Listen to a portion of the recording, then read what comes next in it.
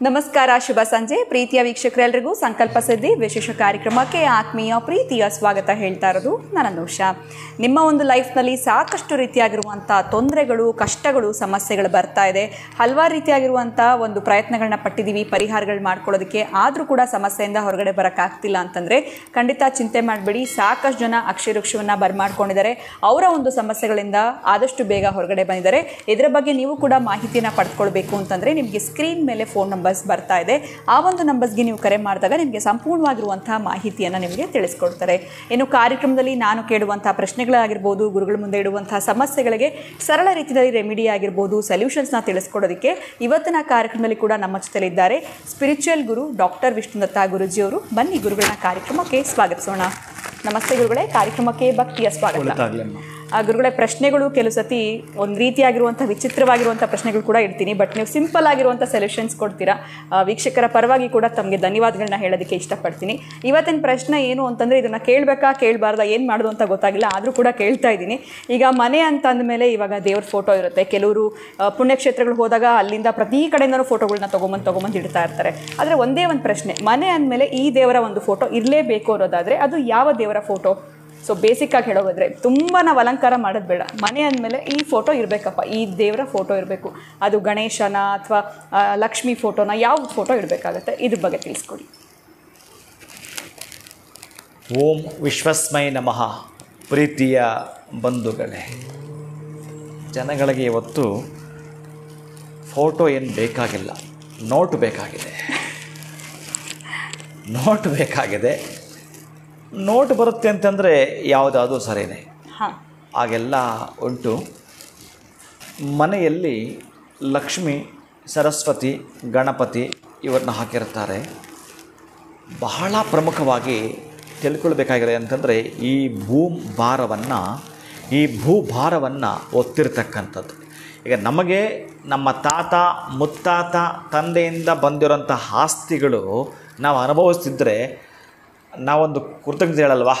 ನಾವು ಇನ್ಯಾರನ್ನೋ ತುಂಬ ಬಡವರನ್ನು ನೋಡಿದಾಗ ತುಂಬ ಕಷ್ಟದಲ್ಲಿ ಅವರ ಅಪ್ಪ ಅವರ ತಾತ ಮುತ್ತಾತ ಏನೂ ಇಟ್ಟಿಲ್ಲ, ಅವ್ರಿಗೇನೂ ಇಲ್ಲ ಪಾಪ, ಅವರಿಗೆ ತುಂಬ ಭಿಕ್ಷಾಚನ ವೃತ್ತಿಲಿದ್ದಾರೆ. ನಮ್ಮ ಹಿರಿಯರು ನಮಗೆ ಸಂಪಾದನೆ ಮಾಡಿಕೊಟ್ಟಿರೋ ಆಸ್ತಿ ಇದ್ದಾಗ ಎಷ್ಟು ಕೃತಜ್ಞತೆ ಹೇಳಬೇಕು ನೀವು. ನಿಮ್ಮನ್ನು ಮನಸ್ಸಲ್ಲಿ ಇಟ್ಕೊಂಡು ಕೂಡಿಟ್ಟು ಅವ್ರು ಏನು ಅನುಭವಿಸಿದೆ ನಿಮಗೆಲ್ಲ ಬಿಟ್ಟು ಹೋಗಿದ್ದಾರೆ ಅವರು. ಎಷ್ಟು ಕೃತಜ್ಞತೆ ಹೇಳಬೇಕು ನೀವು. ಅವರ ಫೋಟೋ ಎಲ್ಲ ಹಾಕಿರ್ತೀರಿ ನೀವು, ಅವರು ಕೊಟ್ಟಿರೋ ಆಸ್ತಿಯ ಪತ್ರ ಎಲ್ಲಿರ್ತವೆ ನಿಮ್ಮವು, ಎಷ್ಟು ಗೌರವ ಕೊಡ್ತಿರೋದಕ್ಕೆ. ಹಾಗೆಯೇ ಈ ಭೂಭಾರವನ್ನು ಒತ್ತಿರ್ತಕ್ಕಂತಹ ಆದಿಶೇಷನು ಜೊತೆಗೆ 8 ಆನೆಗಳು ಈ ಭೂಮಿಯನ್ನು ಒತ್ತಿವೆ.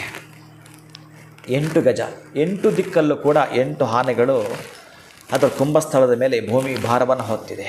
ಅಂತಹದ್ದಕ್ಕಾಗಿ ಪೂರ್ವಕಾಲದಲ್ಲಿ ತತ್ಪೂರ್ವ, ಅದಕ್ಕೆ ನಾನು ಗಣಪತಿ, ಲಕ್ಷ್ಮಿ, ಸರಸ್ವತಿ ಅಂತ ಏನು ಹೇಳ್ತಾ ಇಲ್ಲ, ನೀವು ಚೆನ್ನಾಗಿ ಕೇಳಿಸ್ಕೊಂಡ್ರೆ ಎಲ್ಲಿಂದ ನಾವು ಜೀವನ ಆರಂಭಿಸಿದರು, ನಮ್ಮ ಹಿರಿಯರ ದವಸ ಧಾನ್ಯಗಳು ಅಂತ ಪ್ರಾರಂಭಿಸಿದರು, ಅಲ್ಲಿಂದ 100 ವರ್ಷಗಳ ಹಿಂದಕ್ಕೆ ಹೋಗ್ತಿರೋ ಅಥವಾ 200 ವರ್ಷಗಳ ಹಿಂದಕ್ಕೆ ಹೋಗ್ತಿರೋ, ಅಲ್ಲಿಂದ ದವಸ ಧಾನ್ಯಗಳು ತಿನ್ಕೊಂಡು ಬಂದರು ಅಂತಂದರೆ ಅವರ ಜೊತೆಗೆ ಸಹಾಯಕವಾಗಿ ಕೆಲಸ ಮಾಡ್ತಾ ಇದ್ದದ್ದು ಎತ್ತು, ಹಸು, ಕುರಿ, ಕೋಳಿ, ಎಮ್ಮೆ ಇವೆಲ್ಲ ಏನಿತ್ತು. ಅದಕ್ಕಾಗಿ ನಿಮಗೆ ಇವತ್ತೂ ಕೂಡ ಬೆಳಗ್ಗೆ ಎದ್ದರೆ ಗೋ ಗಜ ಅಶ್ವಾಯ ನಮಃ, ಗೋ ಗಜ ಅಶ್ವಾಯ ನಮಃ. ಅದಕ್ಕೆ ನಮ್ಮ ಇದರೊಳಗಡೆ ಬಂದ ಕೂಡಲೇ ಗೋ ಗಜ ಅಶ್ವ ಕಾಣುತ್ತೆ ನಿಮಗೆ. ಅಂತಹ ಗೋ ಗಜ ಅಶ್ವವನ್ನು ನಾವು ನೋಡ್ತೀವಿ ಅಂತಂದರೆ ಬಹಳ ಪ್ರಮುಖವಾಗಿರ್ತಕ್ಕಂಥದ್ದು. ಇನ್ನೆಲ್ಲ ಫೋಟೋ ನಿಮಗೆ ಗೊತ್ತಿದೆ, ಗಣಪತಿ ಇಡ್ತೀರಿ, ಸರಸ್ವತಿ ಇಡ್ತೀರಿ, ಎಲ್ಲ ಇಡ್ತೀರಿ. ಆದರೆ ಮನೆಯಲ್ಲಿ ಇರಲೇಬೇಕಾಗಿರ್ತಕ್ಕಂತಹದ್ದು ಗೋವಿನ ಪ್ರತಿಮೆ ಇರಬೇಕು, ಗೋವಿನ ಫೋಟೋ ಇರಬೇಕು. ಚೆನ್ನಾಗಿ ನೆನಪಿಟ್ಕೊಳ್ಳಿ. ಇನ್ನು ನಿಮ್ಮ ಇಷ್ಟ ದೇವರದು ಮನೆ ದೇವರು ನಾನು ಹೇಳಬೇಕಾಗಿಲ್ಲ, ಅದು ನೀವು ಇಟ್ಟೇ ಇಡ್ತೀರಿ, ಅದು ನಿಮ್ಮ ಪದ್ಧತಿ ಬಂದುಬಿಟ್ಟಿರ್ತೀರಿ. ಅದು ಬೇಡ ಆದರೆ ನೀವೇನು ಕೇಳಲ್ಲ, ಈಗ ಅದನ್ನು ಇಡ್ತೀರಿ ಕೂಡ. ಅದರ ಜೊತೆಗೆ ನೀವು ಗೋವನ್ನು ಇಡ್ತೀನಿ ಅಂತಂದರೆ ಇನ್ನೂ ಒಂದು ಪ್ರಶಸ್ತವಾಗಿ ಒಂದನ್ನು ನಾನು ಮಾಡ್ಕೊಳ್ತೀನಿ ಅಂತಂದರೆ ಧನಧಾನ್ಯಾಭಿವೃದ್ಧಿಗೆ ಬೆಳ್ಳಿನಲ್ಲಿ ಸಣ್ಣದೊಂದು ಗೋವನ್ನು ಮಾಡಿಸೋದು ಸಿಗುತ್ತೆ. ಅದು ಬಹುಶಃ ಗಜ ಆನೆದು ಸಿಗುತ್ತೆ, ಕುದುರೆದು ಸಿಗುತ್ತೆ, ತೀರಾ ಚಿಕ್ಕದಪ್ಪ. ಇಷ್ಟು ಕೂಡ ಪುಟ್ಟದಾಗಿ ಒಂದು ಬೆಳ್ಳಿಯ ಬೌಲ್ ಒಳಗಡೆ 3 ಇಟ್ಟು ಈ ಅಕ್ಕಿ ಡಬ್ಬದಲ್ಲಿ ಇಟ್ಟುಬಿಡುವಂಥದ್ದು. ಅಕ್ಕಿ ಡಬ್ಬದಲ್ಲಿ 3 ಇಟ್ಬಿಡ್ತಕ್ಕಂಥದ್ದು. ಪ್ರತಿನಿತ್ಯ ಮನೆಯಲ್ಲಿ ಗೃಹಿಣಿಯರು, ಸುಮಂಗಲಿಯರು ಅದನ್ನು ಒಟ್ಟಾರೆ ಮನೆ ಇರ್ತಕ್ಕಂಥ ಎಲ್ಲರೂ ಹೆಣ್ಣುಮಕ್ಕಳು. ಮತ್ತು ಇನ್ನೊಂದು ತಪ್ಪಾರ್ಥ ತಿಳ್ಕೊಬೇಡಿ ನೀವು, ಪ್ರತಿಯೊಬ್ಬರು ಹೆಣ್ಣು ಮಕ್ಕಳು ಕೂಡ, ತಾಯಂದ್ರೆ ಎಲ್ಲರೂ ಕೂಡ ಈ ಮೂರನ್ನು ಆ ಅಕ್ಕಿ ಡಬ್ಬದಿಂದ ತೆಗೆದುಬಿಟ್ಟು ನೀವು ಅಡುಗೆ ಮನೆಗೆ ಹೋದಾಗ ನೋಡ್ತೀರೋ ಇನ್ಯಾವ ಫೋಟೋ ಬೇಡ, ಎಲ್ಲವೂ ಅಲ್ಲೇ ಇದೆ. ನೀನು ಅಂದುಕೊಂಡಿದ್ದ ಕೆಲಸ ತುಂಬ ಸ್ಪೀಡ್ ಆಗಬೇಕು, ಆರಿಸ್ಪವರ್ ಅದಕ್ಕೆ ಬರಬೇಕು, ಅಲ್ಲಿ ಆರಿಸಿದೆ. ಎಷ್ಟು ಕಷ್ಟ ಬಂದು ನಾನು ಹೊತ್ಕೊಳ್ತೇನೆ ಭಾರವನ್ನು ಅನ್ನೋ ಶಕ್ತಿ ಅಲ್ಲಿ ಆನೆ ತೋರಿಸ್ತಾ ಇದೆ. ಇನ್ನು ಯಾವುದೋ ಒಂದು ದೇವರ ನಾಮಸ್ಮರಣೆ ನಾಮ ಬಿಟ್ಬಿಟ್ಟಿದ್ದೀನಿ ಇವತ್ತು ಅನ್ನೋ ಹಾಗಿಲ್ಲ. ಗೋವಲ್ಲಿ 33 ಕೋಟಿನಿದೆ. ಮುಟ್ಟಿ ನಮಸ್ಕಾರ ಮಾಡಿಕೊಂಡಾಗೆ ಪಾದ ಸ್ಪರ್ಶನ ಒಂದೇ ಸಾಕು. ಗೋ ಗಜ ಅಶ್ವ. ಇನ್ನು ಲಕ್ಷ್ಮೀ ಗಣಪತಿ. ಅದಕ್ಕೆ ನಾನು ಈ ಅಕ್ಷರವೃಕ್ಷ ಮಾಡುವಾಗ ಸೂರ್ಯ ಪಂಚಾಯತನ ಯಾಕಿಟ್ಟಿದೆ ಅಂದರೆ ಅಲ್ಲಿ ಗಣಪತಿಯೂ ಇದೆ, ಪ್ರತಿನಿತ್ಯ ಸೂರ್ಯನ ಬಿಂಬ ಇಡಬೇಕು ನಿಮ್ಮ ಮನೆಯಲ್ಲಿ. ಬಹುಶಃ ನೀವು ಗಣಪತಿ ಫೋಟೋ ಇಡಬೇಕು, ಸೂರ್ಯನ ಫೋಟೋ ಇಡಬೇಕು, ಲಕ್ಷ್ಮೀನಾರಾಯಣ ಫೋಟೋ ಇಡಬೇಕು, ಉಮಾಮಹೇಶ್ವರ ಫೋಟೋ ಇಡಬೇಕು, ಚಂಡಿ ಫೋಟೋ ಇಡಬೇಕು. ಎಲ್ಲಿಡ್ತೀರಿ ನೀವು ಇದೆಲ್ಲ? ಅದಕ್ಕೆ ನಾನು ಆ ಸೂರ್ಯ ಪಂಚಾಯತನದ ಒಳಗಡೆ ಅದಕ್ಕೆ ಸೇರಿಸಿ ಅಕ್ಷಯ ವೃಕ್ಷ ಅಂತ ಅದನ್ನು ನನಗೆ ಆ ದೇವಿ ಹೇಳಿದಾಗ ಕರೆಕ್ಟಾಗಿ ನಮಗೆ ಅದನ್ನು ಮಾಡಿ ನಿಮ್ಮ ಮನೆ ತನಕ ತಲುಪಿಸಿ ಅದಕ್ಕೆ ಸಂಬಂಧಪಟ್ಟ ಮೂಲಿಕೆಗಳು, ಅದಕ್ಕೆ ಸಂಬಂಧಪಟ್ಟಾಗಿರತಕ್ಕಂತಹ ಮಂತ್ರಗಳು, ರಹಸ್ಯವಾಗಿರ್ತಕ್ಕಂಥ ಎಲ್ಲಿ ಅಡಕವಾಗಿ ಅದನ್ನು ತೆಗೆದು ಅಭಿವೃದ್ಧಿಗಾಗಿ ಮಾಡಿರ್ತಕ್ಕಂಥದ್ದು ಇದು ಇದ್ದರೆ ಸಾಕು. ಇನ್ನು ಯಾವ ವಿಗ್ರಹ ಯಾವ ಫೋಟೋನೂ ಬೇಕಾಗಿಲ್ಲ ನಮಗೆ. ಯಾವ ಮನೆಯಲ್ಲಿ ಅಕ್ಷಯ ವೃಕ್ಷ ಇದೆಯೋ ಆ ಮನೆಗೆ ಎಂಥ ಫೋಟೋನೂ ಬೇಡ, ಏನೂ ಬೇಡ. ಇದು ಒಂದಿತ್ತು ನಾಮಸ್ಮರಣೆ ಮಾಡು. ಅಲ್ಲಿ ಎಲ್ಲರೂ ಇದ್ದಾರೆ, 33 ಕೋಟಿ ದೇವತೆ ಎಲ್ಲರೂ ಕೂಡ ಇದ್ದಾರೆ. ಕಾಮೋದಯನಿಗೆ ಸಂಬಂಧಪಟ್ಟ ಬೀಜಾಕ್ಷ ಕೂಡ ಅದರ ಒಳಗಡೆ ಇದ್ದಾವೆ. ಅದಕ್ಕಾಗಿ ಆ ಒಂದು ಅಕ್ಷಯ ವೃಕ್ಷ ಧನಧಾನ್ಯವನ್ನೇ ಅಭಿವೃದ್ಧಿ ಮಾಡಿ.